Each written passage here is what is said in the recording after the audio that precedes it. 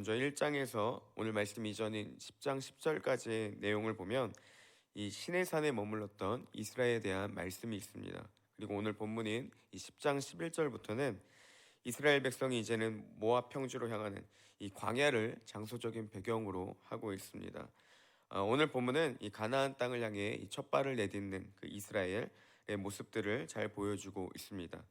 이제 구름이 성막에서 떠올라서 이 바람 광야에 머물렀고, 이 하나님의 언약궤를 가장 앞세워서 이스라엘은 이제 행진을 하기 시작합니다. 이와 비슷하게 우리도 이 하나님의 약속을 유업으로 받아 나아가는 자들입니다. 약속의 땅 가나안을 향해 나아가는 이스라엘 백성들처럼 우리도 하나님의 나라를 사모하고 그 약속의 땅을 꿈꾸며 발걸음하는 자들입니다.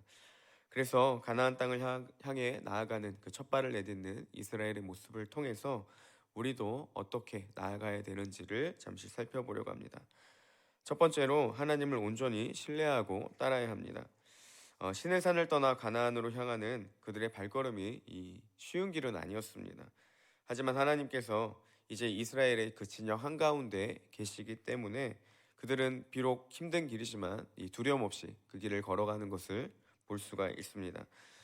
이스라엘은 준비하고 나팔을 불어 신호를 정했지만 직접 그 계획을 세운 것은 아니었습니다.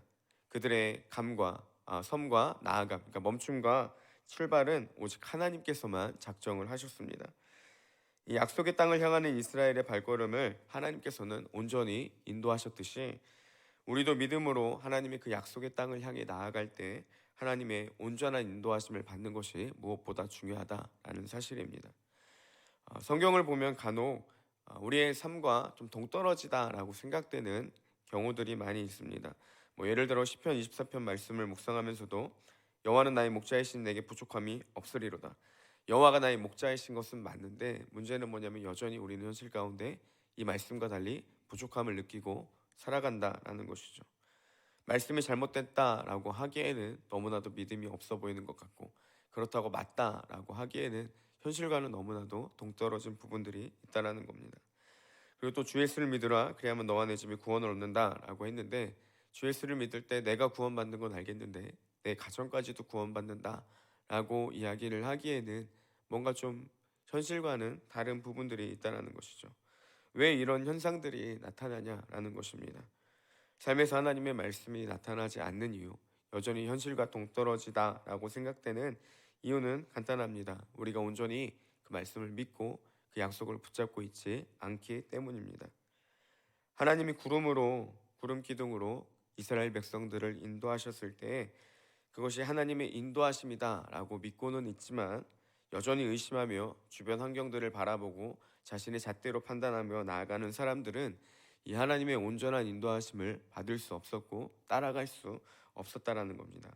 당연히 그러니 그 약속의 땅도 그들은 받을 수가 없습니다. 하나님의 말씀이 내 삶에 온전히 나타나지 않는 이유도 간단합니다. 여호와가 나의 목자라고 하면서도 온전히 따르지 않고 그 목자 대신 그 하나님을 따르지 않으니 여전히 부족함 없이 채우시는 그 인도하심과 축복조차도 우리가 받을 수가 없다라는 것입니다. 여호와가 나를 목자라고 믿는 사람은 목자만 보고 따르고 나아가는 자이며, 그럴 때 그 축복이 우리에게 주어진다라는 것입니다. 자신이 마음껏 판단한 후에 그 약속의 말씀을 따져보고 나아가니 그 약속의 말씀이 우리 가운데 온전히 이루어지지 않는 것입니다. 주 예수를 믿을 때도 내 가족이 구원받는다는 사실, 그 말씀에 어떠한 의심도 할 필요가 없습니다. 절대 변하지 않을 것 같다는 내 생각이 오히려 그 약속의 축복을 변질시켜버리고 하나님의 능력을 의심하니 여전히 나타나지 않는 것입니다. 믿음은 어떠한 생각도 하지 않고 어떠한 잣대도 되지 않고 어떠한 의심도 없이 단순히 따르는 것, 이것이 바로 하나님의 약속의 말씀을 믿는 믿음이라는 것입니다. 이스라엘은 구름이 하나님의 인도하심이라는 것에 조금도 의심하지 않았습니다. 그리고 그 길에 대해서도 전혀 반응하지 않았다는 것이죠. 그때 온전한 그 하나님의 인도하심을 받을 수가 있었던 것입니다. 또한 이스라엘은 오직 구름에만 집중했습니다. 다시 말하면 하나님의 인도하심에만 그들의 모든 초점이 향해져 있었다라는 것입니다. 당시의 날씨가 어떠하든지 환경이 어떠하든지 지형이 어떠하든지 보다 그들에게 더욱더 중요한 것은 구름이 이동할 때 자신들이 이동하는 것. 다시 말하면 하나님의 인도하심을 철저히 받는 것. 이것이 그들에게 중요한 사안이었습니다. 그리고 그 구름에 따라서 그들은 민감하게 반응했던 것입니다. 우리는 내 생각과 이성적 판단, 세상적 가치관이 기준이 되는 것보다 더욱더 중요한 것은 우리가 날마다 하나님 앞에 민감하게 반응하고 그분의 인도하심을 따라야 한다는 사실입니다. 세상의 반응에는 우리가 둔하게 반응해야 되고 오직 하나님의 인도하심과 그분의 사인 가운데는 민감하게 반응할 때 우리는 온전한 하나님의 인도하심을 받을 수 있다라는 사실입니다. 주님께 더욱 민감하게 반응하고 세상에게는 둔감하게 반응하며 오직 하나님께만 집중하고 하나님 중심적인 삶으로 인해서 가장 좋은 길로, 가장 선한 길로, 또한 약속의 말씀을 우리 가운데 신실하게 인도하시는, 이끄시는 그 하나님의 선한 인도하심을 받고 그 안에 거하시기를 주님의 이름으로 소원합니다. 둘째로 이 공동체 질서를 잘 지키며 사명을 잘 감당해야 됩니다. 오늘 말씀의 13절부터 28절까지 그들의 행진 순서를 쭉 나열하고 있습니다. 이스라엘은 이 하나님이 전해주신 순서대로 행군했습니다. 각 사람이 각자의 자리에서요 자신의 직무들을 잘 감당하며 그 행진에 따랐다라는 것입니다. 하나님의 인도하심을 받는 성도 또 공동체도 이와 같습니다. 교회도 하나님의 말씀 안에 주어진 이 질서를 잘 지켜 행해야 되고 또 자신들이 각자의 자리에서 하나님께서 주신 은사들을 가지고 최선을 다해 그 직무들을 감당할 때 우리가 온전한 하나님의 인도하심을 받을 수 있다라는 사실입니다.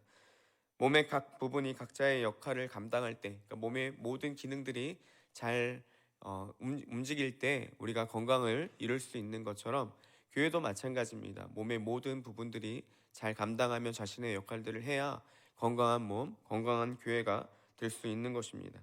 어떻게 보면 교회 안에 1인 1사역을 강조하는 것은요 특별한 믿음을 요구하는 것이 아니라 이것이 교회에 마땅한 반응이고 성도에 마땅한 반응인 것입니다. 하나님은 모든 교회를 대충 부르지 않으셨고 우리 온사랑의 모든 성도들도 한 영혼도 하나님이 아무런 생각 없이 부르지 않으셨다라는 것입니다. 그 부르심 안에는 다 하나님의 선하신 뜻이 있고 함께 이 하나님의 뜻을 이루기 위해 성도님들 한 사람 한 사람을 부르셨다라는 사실입니다. 각자의 자리에서 하나님이 부르신 그 부르심과 사명들을 잘 감당할 때 우리 교회가 비로소 건강한 교회의 모습으로 나아갈 수 있다라는 사실입니다. 내 생각이 옳다는 이유로 교회의 질서를 어지럽히고 하나됨을 분열시킨다면 이것은 결코 하나님 앞에 옳지 않은 것임을 알아야 합니다. 또한 내가 그렇게 행동할 때 나뿐만이 아니라 우리 몸 전체가 병에 걸려 아픈 상태임을 우리는 인식해야 한다는 사실입니다. 교회에 주어진 질서를 잘 따르고 교만한 마음을 내려놓고 주어진 자기의 자리에서 최선을 다해 감당할 때 하나님의 건강한 몸을 이루는 우리 온사랑 교회가 되기를 주님의 이름으로 소망합니다. 그래서 하나님의 뜻을 이루고 하나님의 온전한 인도하심을 받는 우리 온사랑의 모든 성도들 그리고 우리 교회가 되기를 주님의 이름으로 축복합니다.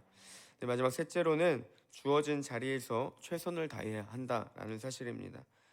오늘 말씀해 보면 이 모세가 장인 호밥에게 함께 동행하자라고 이게 2번 요청하는 본문을 볼 수가 있습니다.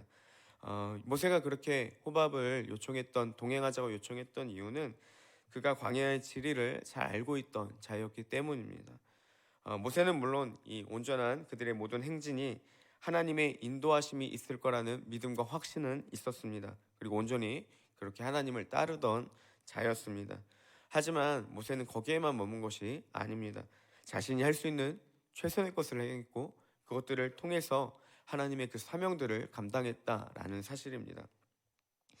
아브라함을 통해서도 이런 모습을 잘 볼 수가 있는데요. 이제 그의 아내 사라가 죽은 후에 이제 막벨라 굴에 그녀를 장사하려고 합니다.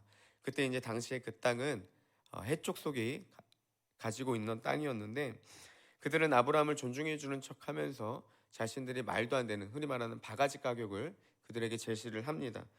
이방인이란 이유로 그들에게 너무나도 터무니없는 가격을 제시했지만 아브라함은 아무런 말도 하지 않고 오직 그 땅을 샀습니다. 아브라함이 그 땅을 샀던 이유는 물론 그 막벨라 굴이 하나님의 약속하신 그 땅이었습니다. 굳이 자기가 사지 않아도 언젠가 하나님이 주실 것을 약속이 확신이 있었지만 그가 그렇게 행했던 이유는 자신의 값을 들여서 자기가 할 수 있는 최선의 것들을 향하며 그 하나님의 약속의 말씀의 성취를 위해 한 걸음 한 걸음씩 나아갔다라는 사실입니다. 그러니까 하나님의 약속을 단순히 기다리기만 한 것이 아니라요, 자신이 할 수 있는 최고의 것을 드리고 최선의 행동을 행하며 그 약속의 이루어짐을 기다렸다라는 사실입니다. 간혹 우리 그리스도인들이 하는 착각 중에 하나가 무엇이냐면, 하나님의 인도하심을 받는다는 것을 아무것도 안 하고 단순히 그 약속이 이루어질 때까지 우리는 기다리기만 하면 된다, 이렇게 자신의 게으름을 합리화시켜 버리는 경우들이 많이 있다라는 것입니다. 여러분, 하나님의 인도하심을 기다리는 것을 내 게으른 행동, 내 게으른 신앙에 어떠한 핑계가 되어서는 안 된다라는 것입니다. 하나님의 약속을 기다리라는 것은요, 준비하라는 것이고, 주어진 자리에서 최선을 다하며 약속의 때를 기다리는 것, 이것이 하나님의 약속과 인도하심을 기다리는 자세라는 사실입니다. 하나님의 기도 응답을 기다린다며 아무것도 하지 않고 기도만 하는 경우가 있는데, 정말 그것이 믿음의 고백인지 아니면 내 생활의 게으름에 합리화가 되는 것은 아닌지 우리가 자신을 끊임없이 돌아봐야 한다라는 사실입니다. 하나님의 언약궤가 앞에 있는 것도 마찬가지입니다. 이스라엘은 하나님의 인도하심을 따랐습니다. 그리고 그 속에서도 자신의 각자의 맡은 사명들을 최선을 다해 감당했다라는 것입니다. 그때 하나님의 크고 놀라운 인도하심이 이스라엘 백성 가운데 있었다라는 것입니다. 그들보다 앞서 행하시는 하나님, 그들을 이끄시는 하나님의 선한 인도하심은 단순한 그 하나님의 역사, 물론 그게 주가 되는 것도 맞지만 그 안에는 이스라엘의 헌신과 수고도 있었다라는 사실입니다. 이제 말씀을 정리하겠습니다. 우리는 하나님의 약속의 말씀을 붙잡고 끝까지 주님을 신뢰하며 나아가야 합니다. 그리고 이 하나님의 인도하심에 민감하게 우리가 반응하며 그분의 역사하심을 따라가야 합니다.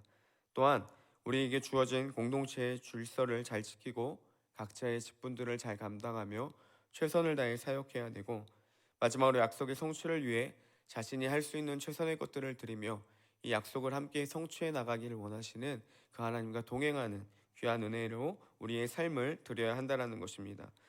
이것을 통해서 우리의 모든 삶이 하나님의 온전한 인도하심을 받고 우리를 가장 좋은 길, 가장 선한 길로 인도하시는 그 하나님의 은혜, 그 하나님의 이끄심이 우리 삶의 모든 영역 가운데 충만하기를 주님의 이름으로 축복합니다.